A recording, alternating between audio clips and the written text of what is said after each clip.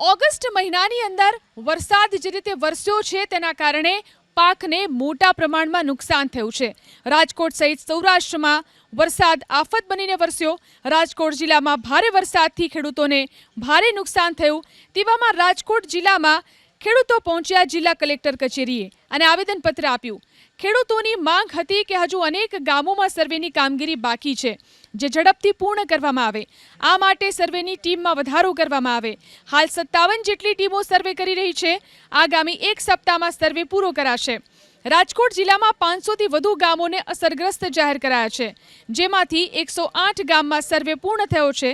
સૌથી વધુ પડધરી, ધોરાજી, ઉપલેટા તાલુકાના ગામોમાં વધુ નુકસાન થયું છે। મરચી, તુવેર, શાકભાજી, એરંડો અને કપાસના પાકમાં નુકસાન થયું છે।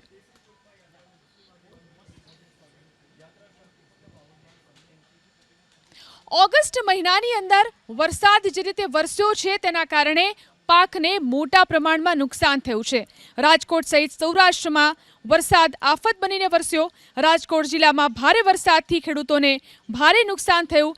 તેવામાં રાજકોટ જિલ્લામાં ખેડૂતો પહોંચ્યા જિલ્લા કલેક્ટર કચેરીએ અને આવેદનપત્ર આપ્યું। ખેડૂતોની માંગ હતી કે હજુ અનેક ગામોમાં સર્વેની કામગીરી બાકી છે,